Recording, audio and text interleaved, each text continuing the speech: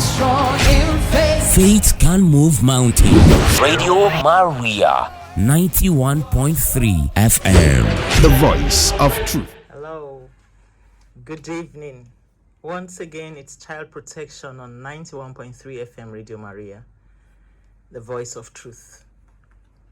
Today, we're going to look at something very, very interesting. We're looking at the roles of a father.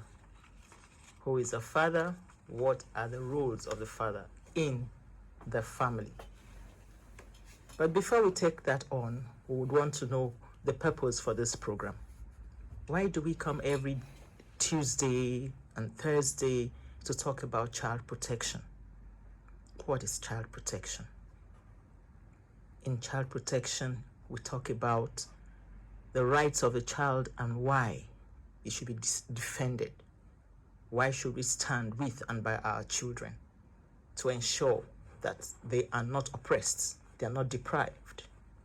They are humans, no matter how young, even right from conception, they have rights. And we know that wherever our rights end, or wherever the other person's right begins, that's where our rights end. What else do we do on child protection? We talk about those children who already have been abused, and we advocate that they should be supported, they should be helped, they should be healed as much as possible, they should be redeemed. Are you one of those stigmatizing them? Are you one of those talking down on them, worsening their already traumatic situation? Are you even an abuser? Are you abusive to children? Do you think they do not exist? All they do is just listen, take instructions, and be trampled upon. We also talk about the environment, which plays a very important role in everybody's life, whether you want to recognize it or not. Take littering, for instance. You do not care about the environment, you litter. You block the waterways. When flooding comes, it's no respecter of persons. It wouldn't say, okay, because you didn't care about me, I will not also come close to you. Not at all. So for children, keeping the environment motivating, making sure it's an enabling environment for them, making sure it is secure, especially in the times we are in. If you used to work like once, you're going to work like 10 times to protect your children with all the issues of kidnapping, ritualists, and abuse all over. We must be very, very careful about the security of our children, especially within the environment. So today, we would want to know what role a father would play looking at these different issues in child protection. And with us here today is a financial consultant. He's been here before, a great guest, Mr. Mudiaga, Christopher Ogboru. You're welcome to the program. Thank you very much. Okay, we'll be taking that on very soon, and we'll go out for a break. Don't go away. Yeah, welcome back to 91.3 FM Radio Maria, the voice of truth. On child protection today, we're taking the roles of a father and what fathers need to hear. You may say, what's the difference? At times, it might not be a direct rule.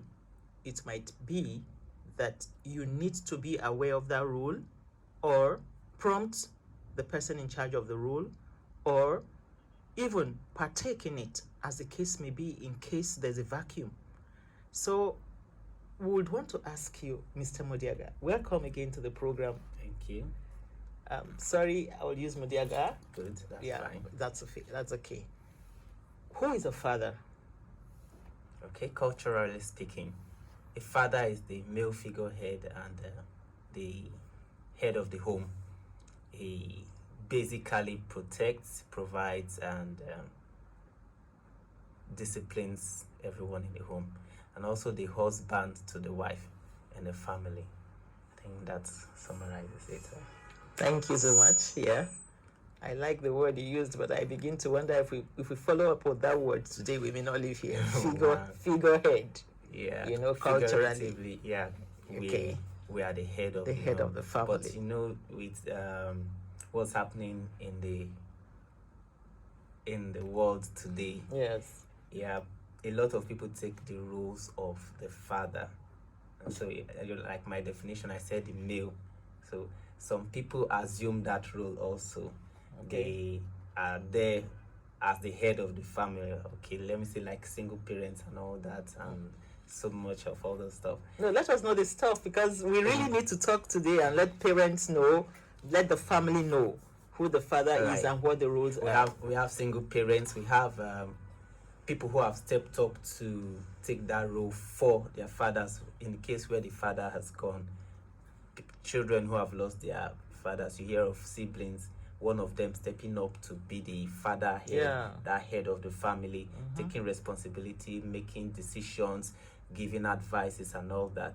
So if I say by that just the husband of Definition. the father and Yes. make it static, then I won't be fair to You'll those be cutting people. off those Yes. other people. Yes, Yeah. and that's much work they are putting in. A there. lot. They have helped a lot. Some of those siblings I know that would always stand for. Yes. Thank you very much, Mr. Mudiaga. So now we know, we have an idea who the father is. In this case, the Nigerian stand on parenthood. Yeah. We're looking at the father as a man. Yeah. Same for the church and the mosque.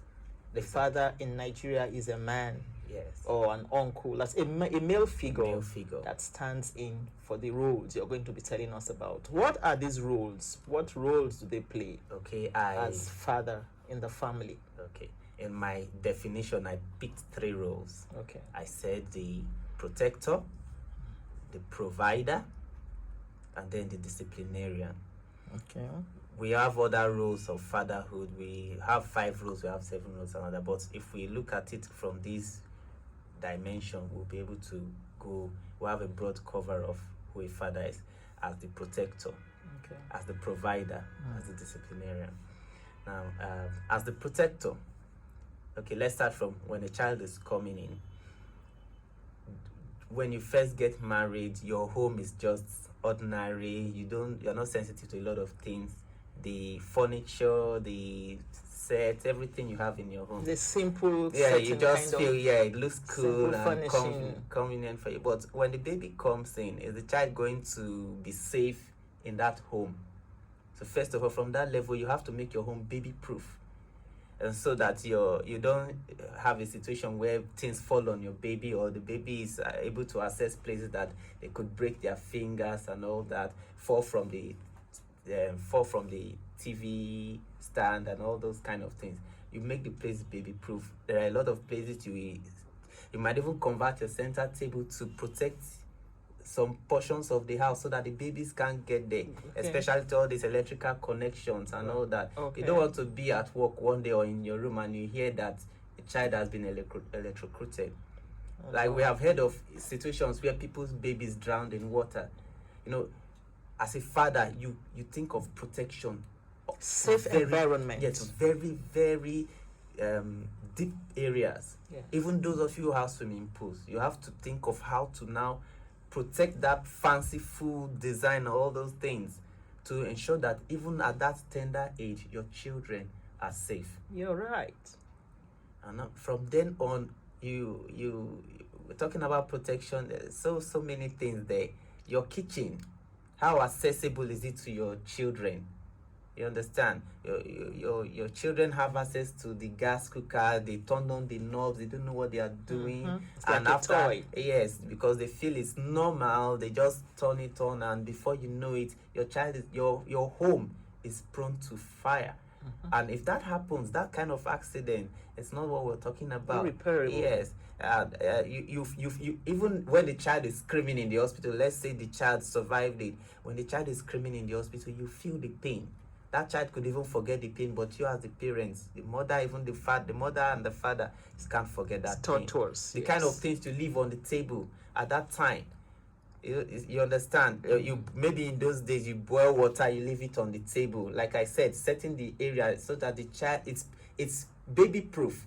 And now the child is able to climb up and reach that hot jug and pull it on himself or herself. Wow. You understand? So there are a lot of things we think about. So leaving that area, we also talk about the little kids now, the kind of play they go into. You want to talk to them about endangering themselves in their plays, how they guard their impulses. You know, as children, they are very impulsive. They can run out, not knowing that outside this place, the barricade is not high enough. You might be falling from the top height. Yeah, from a height. So you dangerous. You watch them, you get conscious of those impulses, draw their attention to it, and help them manage those impulses. Protect them from a lot of things. And I'll give it to mothers too, because they're actively involved in all this. You know, usually before now it was just the father who does the protection, provision, and discipline, but even the mothers too, they are involved. But we're talking about the father now though. So now we're talking about protection too.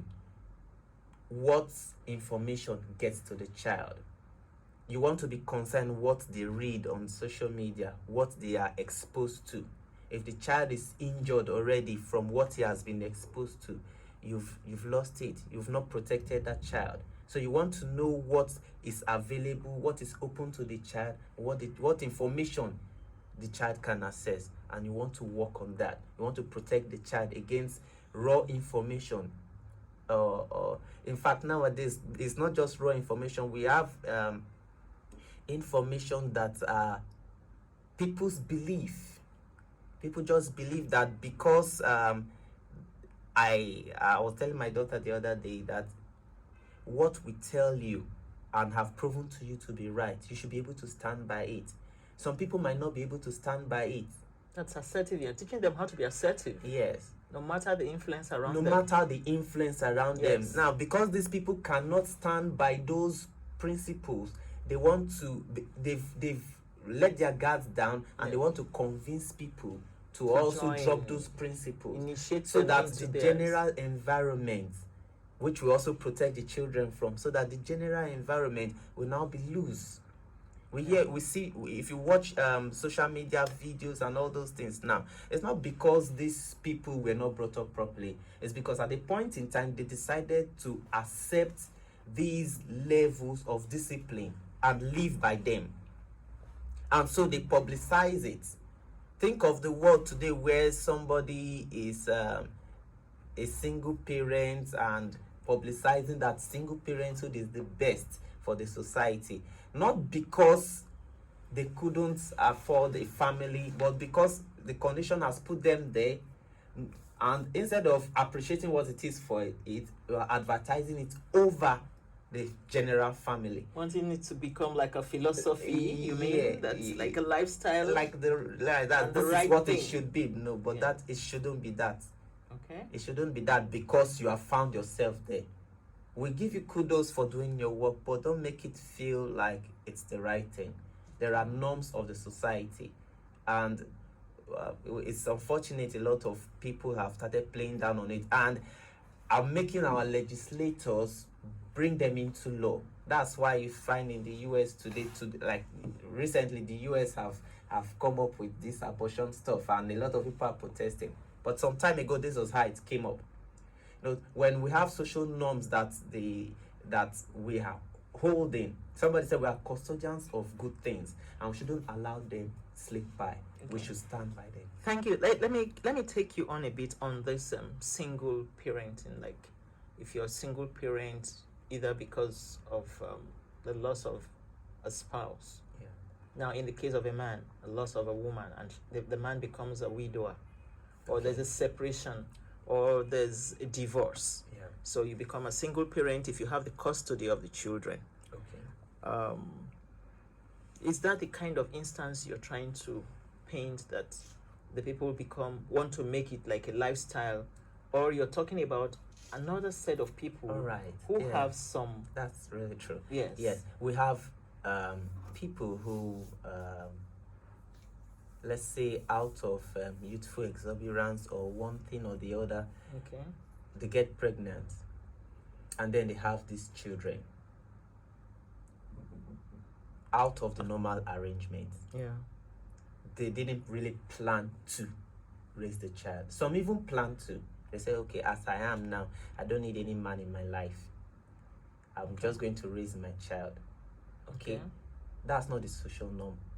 But then, That's baby mama now. yes, I have people like that, baby mamas. I just want to have my child. Or okay, I think I'm okay. I'm a career woman. I've done this in my life. I should be able to just get a child from anywhere. Maybe get pregnant and take care of my child. Okay. Okay, and then raise the child myself. Okay, I am not saying that's your decision. I'm not here to say whether it's wrong. Talk about morals in terms of But right then or wrong. why publicize it to be the norm? Okay. Now you might now, when children, youths get access to this information, they start thinking. And they always in do that anyway. direction. Yes, they start thinking in that direction. Okay, I am not going to get married. I am going to be successful, and I'm going to have a child and raise the child. That notion, I don't think it's okay, and I will do my best to protect my children from such information. And even when they get such information, they will be able to stand and go by the norms of the society, as Well, we knew it from the times of our fathers. Interestingly enough, it's already rolling. People are already buying into that. Yes. So we'll just begin to make our choices, like you have made a choice on what you will want to pass on to your children and what you want your children to believe Yes. should be the role of a father as it regards protection. I know that you have told us about 3 different roles: the protective part, the being a provider, and also ensuring that the father is the senior prefect of the house. Okay, but we also have other roles. Eventually we'll talk about them. Let's take a break. Don't go away. Yeah, welcome back to 91.3 FM Radio Maria, Child Protection. Today we are looking at the roles of a father. Very soon we'll be calling in for your contributions out there. But again, we still want Mr. Mudiaga Ogboru to tell us 1 or 2 things about the provider as a father, as the disciplinarian as a father. And I want us to also look at the situation, the fact that the father is a priest or the religious head of his family, and so many others. Yeah. So let's take the other roles. All right. As a provider, Yes. when you have your family, you want them to, you have a lot of things you want them to get, and without provision they can't achieve those things, no matter how beautiful they are. You need to provide for them. Okay, now there are a lot of things men do to provide for their families, although it might not be enough, but they strive to do it, not because they don't have other options, but because they've taken a responsibility. Now, when fathers decide not to be responsible, then they try to pick the easy roles of the father and leave the others, and it will affect the child. To protect your child, Affect the child, affect the society. and affect the society at large. Yes. Yeah, affect the society. And so now you see men working hours, getting up early in the morning. They go into coal mines, no matter how dangerous it is. They pray, they try to do, maybe wear protective gears and all that, just to make sure something comes to the table. Yeah, could we come home a bit? We don't have coal mine. Coal Okay, mine. we have some in the north. Yes. But also let's go to the south and to the west. Yes. Some other jobs they take on too. Yeah, we have men. If you come out at night now, you see these Uber boat drivers, and you see them walking. By 3 a.m. you call a boat driver, you could get a ride. Wow. Why? Because some of these men are fathers, Yes. and they're trying to provide. They are taking it as a responsibility. They are studying to improve on themselves so that they could get better jobs to- greener pastures. to provide for their children. Okay. Now, under that provision, I could also add knowledge. You provide knowledge. So when you teach your children, with the insight you have, the experience you've had from the society, your learnings, you provide that knowledge. Quality life. Yes. Yes. You bring about situations and tell your children the best options and choices to make Okay. on those issues. You're providing knowledge Yeah. for the children. And then you see children, you see today, there are some children, you say this child is mature. This child is mature. How come he's able to analyze things this way? It's a product of, let me not just say just the father, but it's a product of a quality father in that child's life, and good mothers, good parenting. And you see the child, you see this child. Trust we are hearing, we are listening, fathers. Good to improve on ourselves, on yourselves, to be able to give quality life, Yeah. make choices. Yeah, this child is mature. Look at how he or she handles things. In fact, it's just like a senior sibling to everyone around here. No, it's the parenting Maturity. that's bringing about that maturity. Yeah. Yeah, we also pray for our families. Also pray for our families. See, there's this threefold anointing right in the Bible. They say it anointed them to be priests, prophets, and teachers. Priests, prophets, and teachers. Yes. Yes. So you help shaping the future. A prophet tells about the future, right? In our case, we help shaping the future of our children. We pray while we protect physically and environmentally. We get information about our environment. You just need to know what's happening about your environment. If not, they are not protected, Yeah. because they could just be walking into a landmine or a trap. Or if you have that information, okay, let's say hoodlums are always around the corner by 2 o'clock, or don't walk through alleys, through walkways. alleys, Yes, lonely yes, lonely places. house. Yeah, Yes. if you don't know about all this, you don't even know that there are alleys in your area, and your child is coming from school one day and gets into that place, might not be safe for the child. So you need to be aware of the environment and all that. Yeah. Survey of all Yeah. of this. Yes. What about the discipline aspect of your role? All right. Because you had given us that to us too. Yes, I gave that to you. Yes. Discipline. Yes, the father is the disciplinarian of the house. Well, even though the mothers do that, like I said, I will always acknowledge the mothers. You know, in those days, we say, wait for your father to come back. Once the child hears that, it's like, oh, my hell is let loose. The man of steel. The Yes. steel gloves. Yeah, but then, okay, I'll come to that. What I want to say, in case I don't come back to it, is that while we do that, if we become violent in the discipline, then we raise children who become violent. And when we raise children who become violent, they take it to their families and becomes a generational thing. Good. So we don't want that. We want to be disciplined, we want to be firm, but not destructive. And so while we're raising the So children, that's corrective now. You want yes, to be well, corrective. You want to be corrective. You want to identify errors the children make. You want to tell them, explain to them the wrong, in fact, even the consequences of taking either a behavior or a decision or whatever, or a character. Okay. Yeah, you want to school them out of that. And when they insist on it, on doing wrong, and then you put your feet on the ground. A lady said that you show them who the boss is. Wow. It's a case of being a boss here. I don't think so. We already know that you're daddy. Yes. Yes. So let me explain why she said then you show them who the boss is. Yes. They say you tell a child. Okay, he said, I told my child to pack up his books after assignments. Okay, and he was like, he tried to be stubborn about it. You explain to him this is wrong. Maybe along the line, another sibling trampled on it and fell down because the place was now slippery. The place is unkempt. You have schooled, you have done all that. and so another lady in that was a group chat though. The lady said, I flogged this boy, but I flogged my own son and he was still heady. And the other lady said, then you show them who the boss is. Yeah. Now the other lady said, now how I will show how I am the boss is Yes.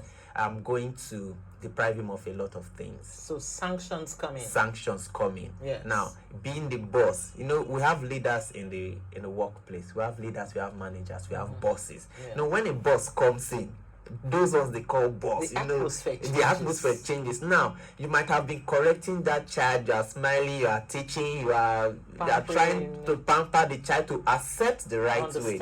Yeah. That atmosphere is still, but when the boss atmosphere comes in, there was a time I tried that. My son knew that this is a game changer. I told somebody asked me, how did you achieve this? I said I showed him some motivation. Wow. Wow. And when he was motivated, he took the right thing. So we would want to take a break again, and then we'll let the calls come in. And you'll be calling us on 081 084 47518. Again on 081 084 47518 to reach us on Child Protection 91.3 FM Radio Maria. Don't go away. Welcome back to 91.3 FM Radio Maria on Child Protection. Today we are talking about this very, very important role, the role of a father. The role of a father in a family. We know what we're suffering right now. We have the offshore parents, we have offshore fathers, we have absentee fathers, we have fathers, laissez-faire fathers who don't really care whether it's happening or not. Drop the money and something happens, the money will now have legs and hands and begin to act and take the part of the man. All of them are there while something happens and somebody is saying, okay, hello, there's a call there. Hello? Hello, good evening. Good evening, madam. Good evening. Yeah. Please, where are you calling from? From Durumi. From where, please? Durumi. Durumi. How's Durumi, madam? Durumi is fine. Thank They're God. cool. Yeah. And your name, please? My name is Chichi. Chichi. Welcome, Chichi. Yeah. Yes. What's your Thank take? you. Yes. Yeah. So, I want to ask Yes. this, how are children going to deal with a father that have never advised his children, and he has never corrected his children, but whenever they did something wrong, he will call them names: idiot, stupid, useless fools. Is it how? So I can't explain. So how are they going to follow up with this kind of father? Yeah. Thank you very much, Chichi, for calling in. I'm sure Mr. Mudiaga heard that question. Yes, I did. We could handle it together, but I would want you to say something. Yes. A father who is really never there to advise or caution or help, and then In the bringing up of the yes, child. and then when they falter, he begins to call names, and that's some form of child abuse anyway. Exactly. That was just what I was reading in my mind. Yes. Okay, so we are talking about the role of a father to avoid child abuse. Actually, why we're talking about all this is so that we can avoid child abuse, so that we don't have issues like this. Now, in the case like this will now need a corrective measure because it has already happened. Okay, but ordinarily we were supposed to talk about the father being a friendly figure, a model.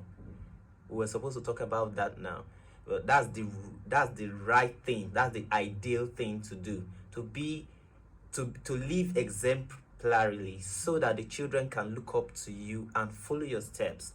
So that at the end of the day, in fact, when you are a friend to your child, you won't want to call them names.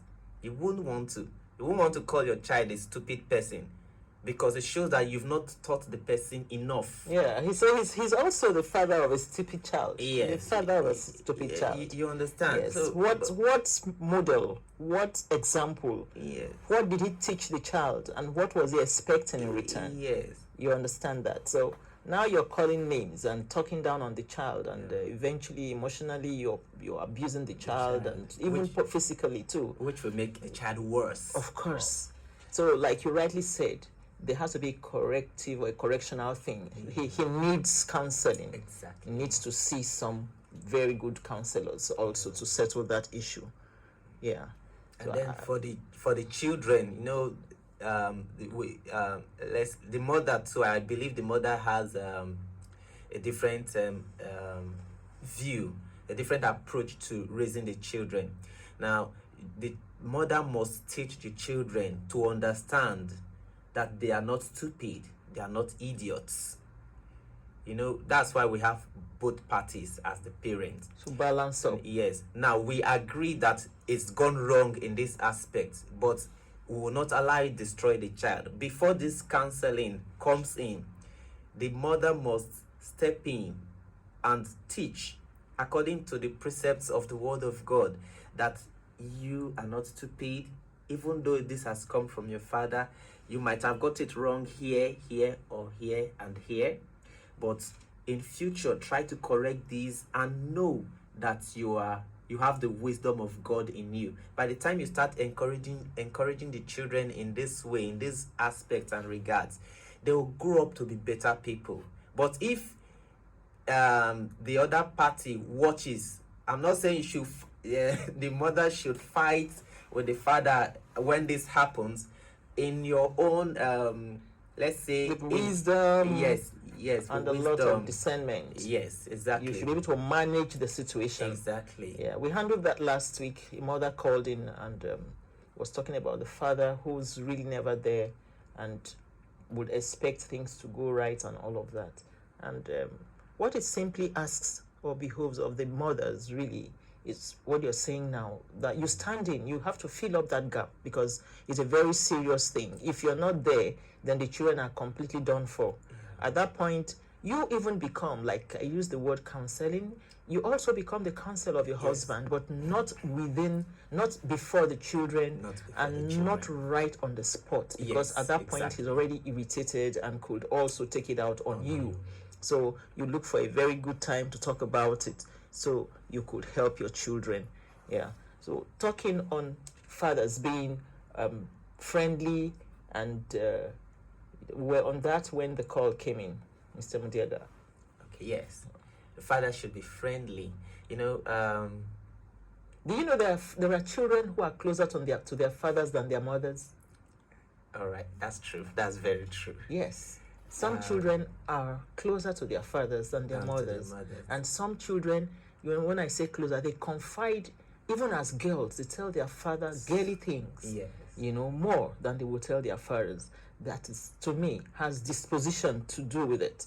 The father, at that point, obviously, is friendly, is probably finding out that maybe the mother also has some lapses, and he has to stand in. Because I've seen in a home where a father is the one that knows that this child is not filled, needs more food, or this food must be pepperish, or this child is feeling funny and will whisper to the mother, hope she's not flowing, find out, is she having gripes or pains and all that.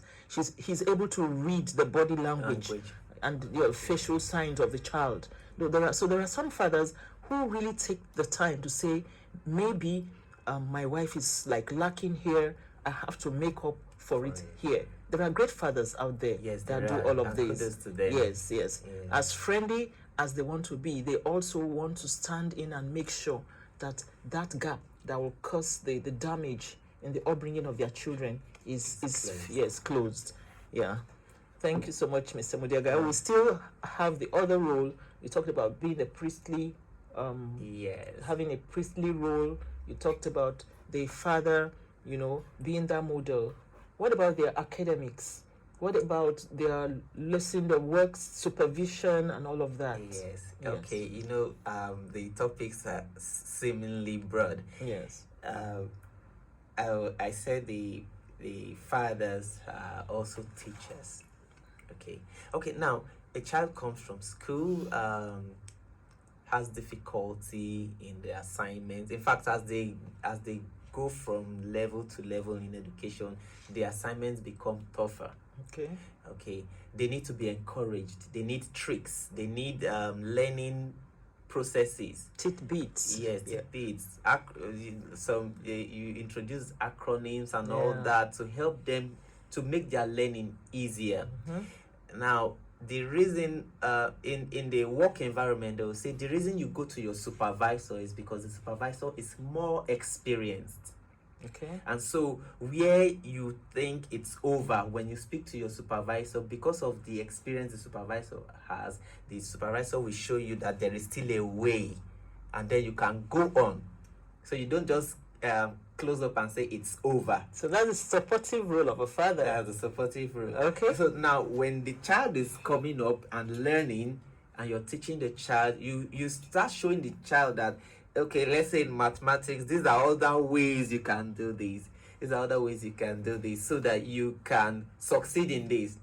You've heard in past that people say, I hated mathematics. Yeah. Some not because of the teacher, not because, or where you have your assignments to do so that you can meet up with the next lessons and you can't do them and there's nobody to help you out on them. It's a problem. Yeah, there's now a gap in the concepts. Yes, how to link concept A to concept B. And if it's not taken care of, it remains there and causes a lot of damage. Yeah, and so now the child has developed hatred for the subject. Yeah, because it's not doing well. Yes, from year to year, the hatred grows, and at the end of the day, maths is now written off the person's life. It's not because the person is not logical. Human beings are created to be logical. Okay. So ordinarily, you do a plus and minus in your decision making. That's mathematics. But where you don't have the interest, maybe because the father did not try. You don't even really need to know all. You just need to try. Show the child that interest. The interest gives that child that encouragement to move further in all subjects. Just look at the subject with the child and see when you get a better understanding and you help the child understand better. Leave it there. Yeah, that's fine. We can see that we have all of this to say to our fathers and their roles, but there are some fathers who are just not there at all. They get a woman pregnant, the woman has put to bed. They never see this child until maybe there's a family meeting and they tell this man, you have a child here. Or when some of them are stranded and they now need a son or a daughter, they come back to reconcile with the woman or with the family, or say they now want their child.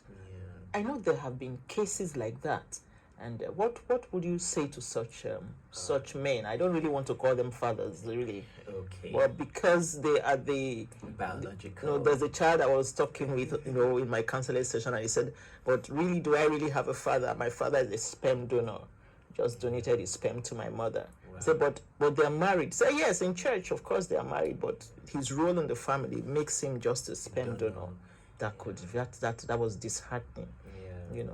What do you have for such fathers who just drop this thing and they are gone to reappear when they need the children or when they are down in health and feel life goes on? Yes. Life actually doesn't go on that way. I once told someone, I said, show concern even if you're not concerned.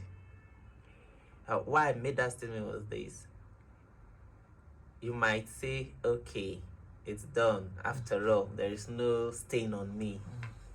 Okay, but tomorrow, when that child becomes somebody, you want to identify with that child. And even if you can't identify the child, or you don't want to be identified with the child, your conscience comes back to you. No matter how dead you think your conscience was, it comes back to you.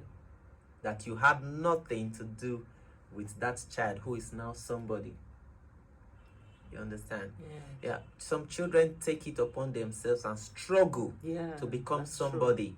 Irrespective of what has happened in their childhood, the abuse, the non-parental presence and all that, the neglect and all that. Yeah. And then tomorrow, funny enough, God makes it that you see them on TV every day, on social media every day, and you can't take your eyes off it. You must see it. Everybody's talking about that child, and maybe one interviewer comes and says, who is the father of this brilliant person that is blessing the society today? And it still comes back to you. I will say to you today that now, while it's still day, let's make hay. Show a little concern. Call. The technology encourages us to do that today. Call, send a message. Whether you mean it or not, just be concerned. I think first of all, in short, we should be saying now that you should make it up to them. Those parents, rather those fathers that are out there, that have been absentee fathers, or have never even shown up and are waiting for the rainy day to say they want to get back, should be hearing you right now, and they know that it's time for them to get back to their homes. Interestingly enough, we have legal systems now that are coming up to say you can't have it your way anymore. Yes, the VAP Act, that's the Violence Against Persons Prohibition Act, the Child's Rights Act, and so many other NGOs, FIDA, the female lawyers who are standing out there, child protection, NGOs like Society for Abused Minors and the Child Protection Group, so many other civil rights activists, child's rights activists. They are all there, and their eyes are on you when you decide to just drop these children and disappear. The children have a right to cry out. You have a right, yes, to cry out. The women have a right to cry out. Same for the women. You abandon your children and you walk away and think you just come back and begin to be mommy and throw yourself around. Take note that apart from the natural laws, apart from the fact that these children someday will stand up, have you never heard about children putting their father on the assizes, sit and says to them, now, Dad, I am so and so. You are this. Were you really my father? Yes, your mother and I, really. Now, tell us what happened from this year to this year. What do you know about me? Yes. Who am I? And who are you? There are situations like that. And how do you handle that kind of situation when a child begins to remind you, once upon a time, I heard you were a father, and you disappeared into thin air, Bailed. and that was just it. You didn't bother to show up again. And then some of them too, by nature, you just find yourself having problems and issues, and then you begin to talk down on the children. The father, the mother has changed the children's mind. The children have been biased, they have been poisoned, and all of that, and you forgot when you were being so heartless and inhuman. And then cousins will have to take on the responsibilities, uncles, friends, families. And I think we should acknowledge those great people who play the role of fathers when they really are not biological fathers. Yes. You have one or two things, one or two words for them? Yes, I have one or two words for them. I have you've done well, and God bless you real good. Yeah. Amen. We have the priests and the concerned fathers. I think we should just give them that word. The concerned fathers. The imams, yes. The family friends who just would want things to work out for the family. Yes. They are always there. When they call, they listen, they give counsel. Good counsel, not just anyhow counsel. They give good counsel. They stand in there for you. Yeah, and these are the kind of fathers. These are the kind of fathers they talk about when they say wherever you go to, make sure you have a father. We have the Nice godfathers and all that. Yes. Now I will explain that further by saying this. Moses was already a leader, leading the people of Israel. Okay. But then he was doing it on his own. He didn't have a father figure. And then it became stress on him, leading the people of Israel. And then his father-in-law came and said, Moses, what are you doing? You are listening to everybody's complaint, counseling everybody on your own. Why not pick 70 men or pick a number of people? And you could imagine what relief came on Moses when he picked 70 men and prayed, and God took from his spirit and put on those people. Wow. If a fatherly figure was not there, Moses would have been doing what 70 people were doing. Yes, that's alone, really burdensome. And that's stress. And when stress comes in, how do you lead your family? Wow. Okay, so to take off that stress, as a father, you also need a fatherly figure. You need a father wherever you are, so that at that point in time, you as a father can also call although we also call God our Father too, but He is our Father. yes, God is our Father. Yes. We call these fatherly people in the society the counselors, and that relief, when you come back to your home, you do this protection, provision, discipline, teaching, priestly ordinance, and you become a good friend, a better friend, Yes. to your children. Thank you. We're still looking out there, hoping that you will participate, because it's your program, Child Protection, on Radio Maria 91.3 FM, the voice of truth. Remember, the number to call in on is 081 084 47518. Call us, send us SMS, send us WhatsApp, and let's know what your views are on this topic, the roles of a father in the family, and what fathers need to hear. Tell us, what do you think fathers need to hear from all of these we've been saying? Hello? Hello? Sorry, we lost that call. Yeah, we need to, it's an interactive session. We need to talk about it. We need to hear your views. It's your program. What do you think about all of these we've been talking about out there? And there are also some people who come in from, on their own, wanting the society to be good, and they're probably giving counsels, and they mean well and all that. And then they're noticing something around your home. And when they come to tell you, come, I want you to mind or watch your daughter's relationship with the security man, or I want you to be careful, the driver stopped somewhere today and I really don't know why, and all that. And then rather than listen and, tactfully, not take it line, hook and sinker, not truly believe or disbelieve, but you begin to talk about the fact that this is a useful information, and that you should use it up to ensure that your children are protected as a father. And then your role as a father, also making sure that your children get quality education. It is very important. Quality education. There are very good state schools, there are very good community schools, there are very good state national universities, federal universities. They don't have to be very expensive to be good quality. As a father, you should give the best. As a father, you should be the best. And you hear the children say, hey, he's our hero.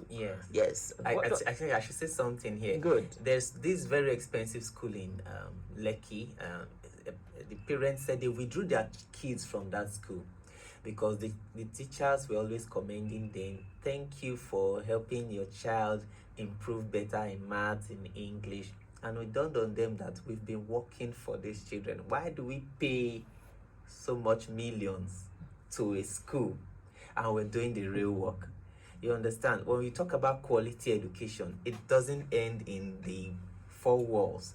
It's not because you've paid so much money to that school. It's because you've shown interest. And you should also show interest, despite the amount you have paid of that child. Yes. Well, while you were speaking, it occurred to me that talking about protecting your child, with this information you shared about, maybe a neighbor comes, a concerned neighbor tells you that you should watch your child for this or that, why we don't dispel or whatever, we should take punitive action. Don't dismiss, take actions, wise actions to help the child, watch and help the child come out of any danger that might be there. It's very important. And I will also say this, there are parents who seem to be very, very busy.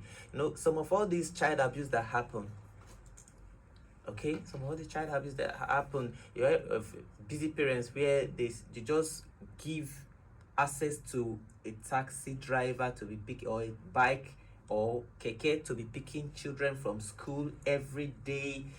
That's exposing the children to danger, because those people could turn a day and it's going to be bad news for those children. So I would advise also that in protecting your children, do as much as you can yourself. Yes. As much as you can. And funny enough, those parents they take those children from school to the house, and they are not at home.